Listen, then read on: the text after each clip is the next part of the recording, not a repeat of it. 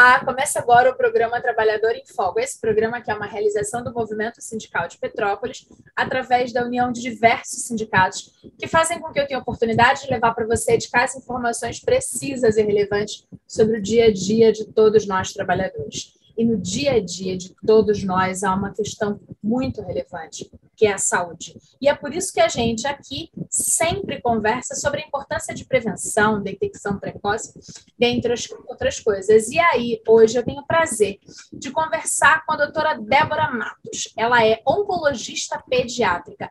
E a gente vai falar sobre uma data sazonal que é a respeito da questão do câncer infanto-juvenil. Doutora Débora, muitíssimo agradecida por despender do seu tempo para compartilhar conhecimento com os nossos telespectadores. Prazer conversar com a senhora. Prazer é meu, Carla. Eu que agradeço pelo convite. Eu fico muito feliz quando médicos conseguem disponibilizar nas suas agendas corridas um pouco de tempo para a gente falar com o povo, tentar explicar, de facilitar esse entendimento a respeito da saúde. E aí vamos pelo básico. A gente fala de câncer aqui no programa Trabalhador em Foco com certa frequência. A gente fala de outubro rosa, novembro azul, dezembro laranja, a gente meio que vai fragmentando nas cores dos laços os tipos de cânceres e os cuidados. Mas quando a gente pensa em oncologia pediátrica, a gente já sofre só com essa questão, né, de ser criança. Mas como é que é, numericamente, a questão das curas, da resolução dos problemas, para a gente já começar dando uma informação que talvez seja a que todo mundo mais queira ouvir? Sim, Carla, o câncer infanto-juvenil, ele é algo que sensibiliza muito a população, né? Porque só você pensar que quando você cura, a gente trata de uma população que vai de 0 meses a 18 anos. Então, se você tem um bebezinho, você cura esse bebezinho, você está falando em 70 anos de vida ganho. Olha que coisa maravilhosa. Quando você perde, você está pensando em perder 70 anos de vida, que é a expectativa do brasileiro. E a coisa da criança, né, ela bate muito forte na gente, porque o filho é aquela nossa possibilidade de se eternizar, né? Porque nós achamos que somos eternos. Nós, latinos, tratamos a morte como a morte do outro, Carla. Imagina, então, você engravida, tem um filho e pensa, agora sim eu vou me eternizar aqui, porque meu filho terá filhos e assim será a minha continuidade, não é isso? Mas aí vem um diagnóstico de um câncer, uma doença terrível, ameaçadora da vida. Isso é antibiológico, porque os pais enterrarem os filhos é antibiológico. Eu falo isso para vocês entenderem que é uma dor que tem que ser tratada com todo respeito. Perder um filho é uma dor sem nome. Quando você perde o seu pai, a sua mãe, você é órfão. Quando você perde o seu marido, você é viúvo. Quando você perde seu filho, você é o quê? Mãe. Você não é nada. A língua portuguesa não consegue denominar essa dor. Mas a gente precisa desmistificar algumas coisas no câncer, né, infanto-juvenil. Primeiro de tudo, eu queria dar uma informação. Eu adoro essas notinhas de rodapé que às vezes trazem uma cultura inútil e útil, porque nenhuma cultura é inútil. O novembro é dourado porque a vida da criança vale ouro. Por isso essa cor dourada, né? Não é à toa que a gente escolheu o amarelo para ser representado. Já foi setembro e passou para novembro dourado, lembrando que cada vida de uma criança vale ouro, e quando você cura uma criança é como se você estivesse curando o mundo inteiro. Daí a nossa dor quando as coisas não vão bem. Mas vamos lá, de cada 100 casos de câncer, só 3 é em criança, tá bom? Então, é 3% do câncer ele dá na infância, tá? Quanto à cura, se a gente falar em Estados Unidos, a gente já tem até 80%, 85% de câncer, de cura, falando no geral, tá? Porque a gente tem cânceres que são incuráveis na criança, que são diagnósticos de morte, como tumor cerebral, dependendo da localização, como tumor de tronco cerebral, né? Que ali é o centro ali da vida, e aí é uma situação bem complicada, mas quando a gente fala de tudo, a gente tem hoje de 80% a 85% de chances de cura nos países desenvolvidos. Nos países em desenvolvimento, como nós, a gente tem de 65% a 70%. Às vezes, a gente pensando em Brasil, que tem dimensões continentais, que vai do Iapoque ao Chuí, o que a gente pensa? A gente pensa que a gente tem 60% de cura e isso dá um gap de 20% para os países desenvolvidos. Isso passa pela ausência de diagnóstico precoce, isso passa pela rede pública de saúde precária, não é isso? Então, esse acesso dificultoso à saúde são coisas que a gente ainda pode melhorar no nosso país para a gente curar ainda mais crianças. E aí a gente... Não sei se consegui me fazer entender. Se fez entender de forma plena, porque a gente está começando esse bate-papo falando o seguinte: quando a gente tem uma assistência à saúde básica melhor, eu consigo descobrir essa doença, o câncer, porque aqui não tem essa doença, a gente fala o câncer com tranquilidade. A gente consegue descobrir o câncer mais rápido possível, logo que ele é possível de ser detectado na criança, e aí a gente teria 20% a mais de chance de cura num indivíduo de 0 a 18 anos. Ou seja, investimento em saúde na atenção básica, no Sistema Único de Saúde, já resultaria de cara no aumento de chance de cura em 20% nas crianças diagnosticadas. Eu não diria em 20%, porque são outros fatores, é multifatorial, sabe? O nosso Mas melhoraria bastante. Sim, porque também a gente precisaria melhorar os times, por exemplo. Precisa de uma ressonância, demora, porque a gente tem, Carla, desenhada a história epidemiológica do atraso. A gente sabe o porquê que atrasa. O atraso, ele começa no Brasil, porque a gente tem que pensar no Brasil, que é onde nós estamos inseridos, e parar de americanizar as coisas, porque aqui falta comida no prato das pessoas. As pessoas falta alfabetização para os pais. As pessoas não têm um filho único que estão olhando para a cara dela de manhã, de tarde, de noite, daquele filho. Eles têm, às vezes, mais de 3, 4, 5. Às vezes, saem para trabalhar de manhã e não conseguem olhar essa criança toda hora. Isso é um fator de atraso. Principalmente, para chegar na... Olha, o nosso atraso começa anterior, começa na identificação do pai e da mãe dos sintomas. E aí começa a nossa saga. Aí procurou o primeiro médico. Como, geralmente, o câncer infanto-juvenil, os sintomas, ele imita, ele mimetiza as doenças comuns da infância. É muito assim, uma dor de cabeça, uma náusea, um vômito, uma diarreia, uma prisão de ventre. Então, precisa de que você, para fazer o diagnóstico, tenha um olhar atento e que você pense no câncer. Porque se você não pensar, se você não pensa em zebra, você não vai fazer o diagnóstico da zebra.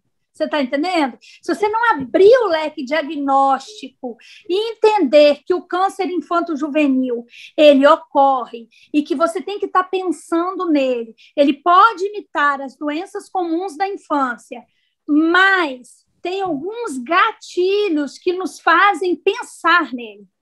E aí eu vou falar para vocês um pouco, que a gente está no primeiro atraso, que é o atraso dos pais. Tudo bem? Eu posso falar, Carla, algumas coisas que fazem, né, a gente pensar. Claro que uma criança que começa com febre, eu não vou pensar que essa febre é um câncer, gente. Não. Uma febre de uma criança? Senão também o pai enlouquece. Febre, enlouquece. Não, é só 3% da população. Em que a gente tem que se preocupar? Com situações que não se resolvem e vão se prorrogando. Uma febre com mais de 5 dias sem foco, já se deve procurar um médico. Não porque você vai pensar em câncer, não, mas porque você tem uma coisa conceitualmente em pediatria chamada de febre de origem indeterminada. E é preciso determinar o que é aquela febre. Dentro dos diagnósticos de uma febre que não se resolve, a gente tem alguns cânceres que iniciam com febre. Sarcoma de Ewing, leucemias. E aí é pensar assim, situações que se prorrogam, que se resolve, que não se acha outro diagnóstico. Uma dor de cabeça numa criança. Pode ser um tumor cerebral? Pode. E o que te leva, Débora, a pensar nisso? Aquela dor de cabeça que é sempre pela manhã. Por quê? Porque a criança ela fica deitada, ela fica bem. Quando ela levanta, mexe na pressão intracraniana, e se ela tem um tumor, esse efeito de massa faz com que ela tenha a dor de cabeça matinal, só por ela mudar o decúbito. Né? Tá deitada a noite toda, levantou, sentiu. E outra coisa, ela pode vomitar pela manhã. Aí, famílias que têm 6 filhos, todo dia de manhã o menino fala que está com dor de cabeça. A mãe pensa, não quer ir à escola de jeito nenhum. Só sente de manhã, na hora de ir para a escola, depois melhora.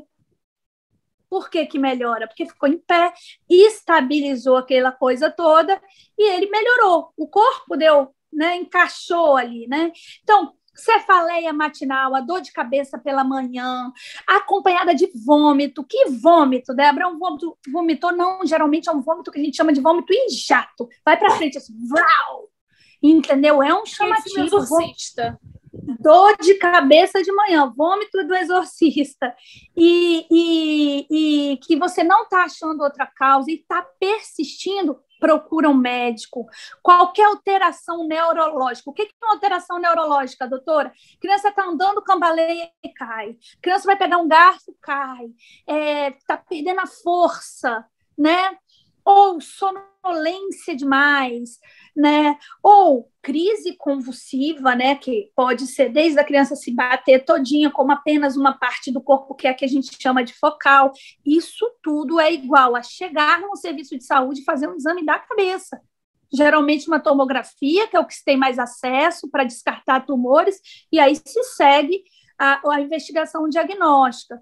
Mas na grande maioria das vezes não é o câncer, e na grande maioria das vezes a mãe demora para levar. Aí quando ela chega no médico da atenção primária, ele fala assim, vamos mandar no neurologista. Você tem noção, Carla, que para conseguir um neurologista são 6 meses? Uma pessoa que não tem plano, não tem nada? Esse que só vomitava vai chegar numa neurologista já sem andar. Aí o melhor médico é o último, porque na hora que ele entrou cambaleando a marcha, o neurologista vai falar, vamos fazer uma tomografia agora. Aí chega no INCA falando assim, nossa, o neurologista era excelente, olhou para o meu filho e pediu uma tomografia. Melhor médico é o último. É o último. Meu pai falava que depois da onça morta aparece um monte de caçador. Não é? Aí fica fácil, mas são essas coisas que a gente vem com o Novembro, né, Dourado, tentar chamar atenção. Se a gente pode falar alguma coisa de importante para quem está ouvindo, se essa matéria alcançar algum médico, que quem faz o diagnóstico não é o oncologista. O oncologista ele não faz diagnóstico, esse que é o problema. Vai chegar em mim só para dar o diagnóstico completo, estadiar, quer dizer, aonde que aquela doença está localizada, e instituir o tratamento oncológico, o tratamento do câncer ali, a quimioterapia, a cirurgia, a radioterapia. Mas quem faz o diagnóstico é o médico da atenção básica, é o médico da atenção primária, é aquele primeiro pediatra, e aí não adianta. Débora, mas como é que faz? Eu preciso do neuro. A criança está estranha, a mãe está falando, meu filho está estranho, aprenda isso. Você é especialista na medicina, a mãe é especialista no filho dela. Parem de falar com essa história, essa mãe é maluca, veio aqui 3 vezes, veio 3 vezes, levanta a sua antena. Porque se ela está com tempo para ir 3, 4 vezes procurar você, alguma coisa errada tem com o filho dela, mesmo que você não esteja vendo a olhos nus. Ouve a mãe. O diagnóstico em câncer infanto-juvenil passa por escutativa, compassiva, isenta de julgamento. Exame físico de excelência, tem que botar a mão na criança. Porque se ela tem uma massa abdominal, você no exame físico ali, uma massinha dentro da barriga, um tumor dentro da barriga, você vai palpar, você vai sentir. Agora, se você não botar a mão na criança, mas tinha 30 fichas, não é desculpa. Não é desculpa, sabe por quê? Porque o que a gente faz é muito sério. Se você aceitou estar ali nesta condição de trabalho, entrou uma criança que tem uma queixa de uma mãe e não tem um diagnóstico, ela precisa de toda a atenção naquele momento. E exame físico é extremamente fundamental. Ouvir a mãe, pensar em todos os diagnósticos possíveis. E aí, Débora, mas eu vou precisar de um outro especialista. Não tem problema, mas não larga aquele caso. Você vai falar assim, mãe, você vai procurar um neuro, mas você vai voltar daqui a 1 semana, tá? Eu quero ver o que o neuro diz. Porque se ela volta e fala, Não sei se o neuro é de comer ou passar no cabelo, porque eu não consigo achar de jeito nenhum isso aí. Porque é assim que eles falam com a gente. E eu vou te dizer uma coisa: o médico ainda tem o poder de, se você fala assim, dá um papel, procura um neuro, ele fala assim, não é nada grave não, porque o doutor mandou eu procurar outro, quando eu achar, tudo bem. Porque quem tem o conhecimento técnico é você. Então, carrega aquele piano até o diagnóstico. Você está entendendo? Não larga pelo caminho a criança. Isso sim pode fazer o diagnóstico precoce, e não canetar, procurar um especialista, porque a gente está no Brasil, porque é difícil achar um especialista, porque essa mãe talvez não tenha dinheiro para pegar o ônibus. E aí ela vai esperar o próximo pagamento. Então, assim, a assistência social é importantíssima na oncologia, sabe? Não se faz tratamento sem comida, sem condições de transporte, sem rede de apoio, sem entender as famílias disfuncionais, que às vezes o pai e a mãe, né? Às vezes o pai é ótimo, mas é o único provedor, então ele vai desaparecer mesmo, e está tudo bem, não é porque ele é cruel, entendeu? Então a gente tem que entender com empatia e compaixão, sabe, Carla? Que aí vão vir os diagnósticos.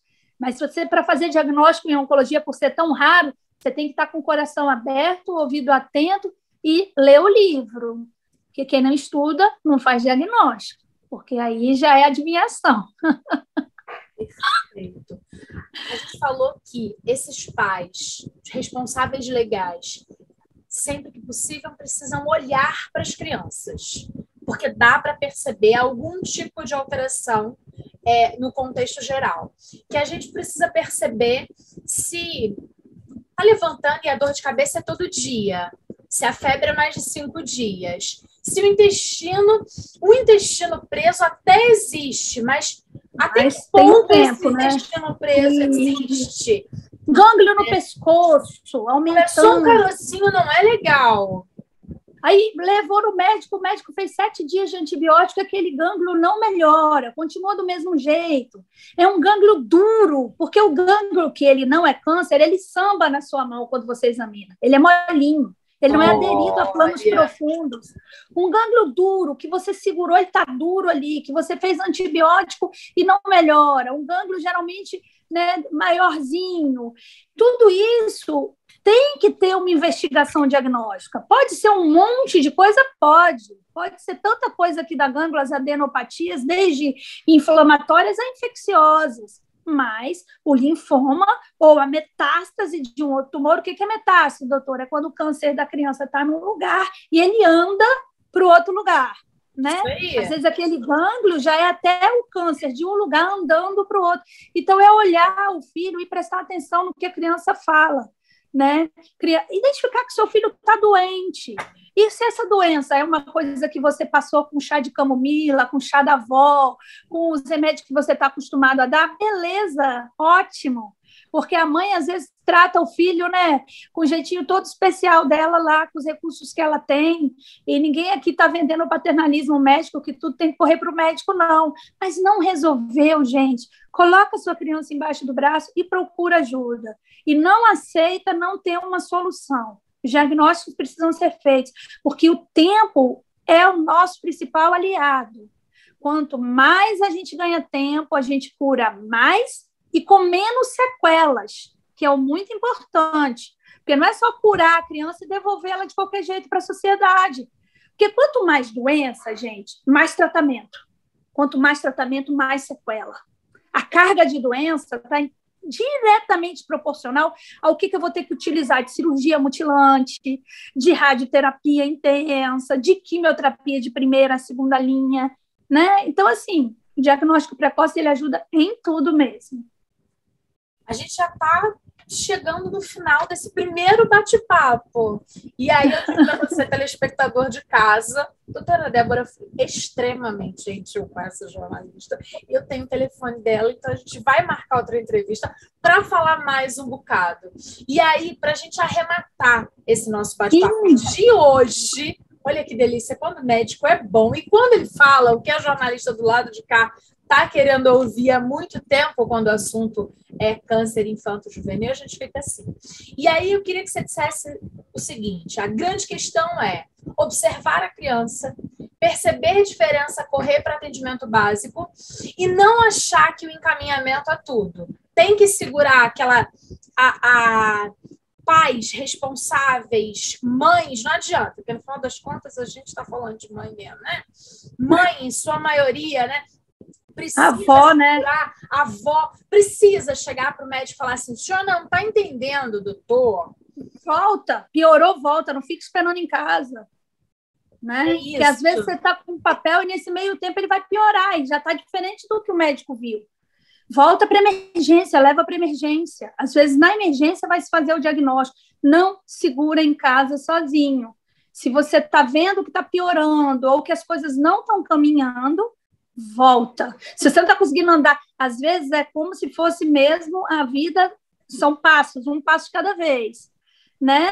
Mas, às vezes, passos para trás também são importantes, né? Porque, às vezes, você volta onde veio o encaminhamento para você dar vários passos para frente. Só não fica sozinho. Não fica sozinho porque o seu filhinho precisa de auxílio e o seu maior auxílio é o seu amor, a informação, que esse programa da Carla está sendo excelente, porque a informação é o que mais pode te ajudar. A gente não faz nada nessa vida sem informação. Exato. E perseverança. Não é um não que o médico vai te dar, não vou resolver o problema do seu filho. Então tá, quem resolve? Às vezes a gente precisa, sabe, Carla, não, porque as pessoas elas são humildes e até em se posicionar, às vezes. Eu não estou falando para ninguém brigar, não. Eu não estou falando nem de desrespeito, nem de agressividade. Sim. Posicionamento. Se apropria do que eu estou falando. Seu filho é o seu maior bem, é o amor da sua vida, né? A gente está falando do amor de alguém e merece tudo o que a gente puder para que ele receba o melhor que a gente pode fazer no nosso país. E a gente tem que lutar para melhorar ainda mais as condições do nosso país, que aí é um outro assunto. Né?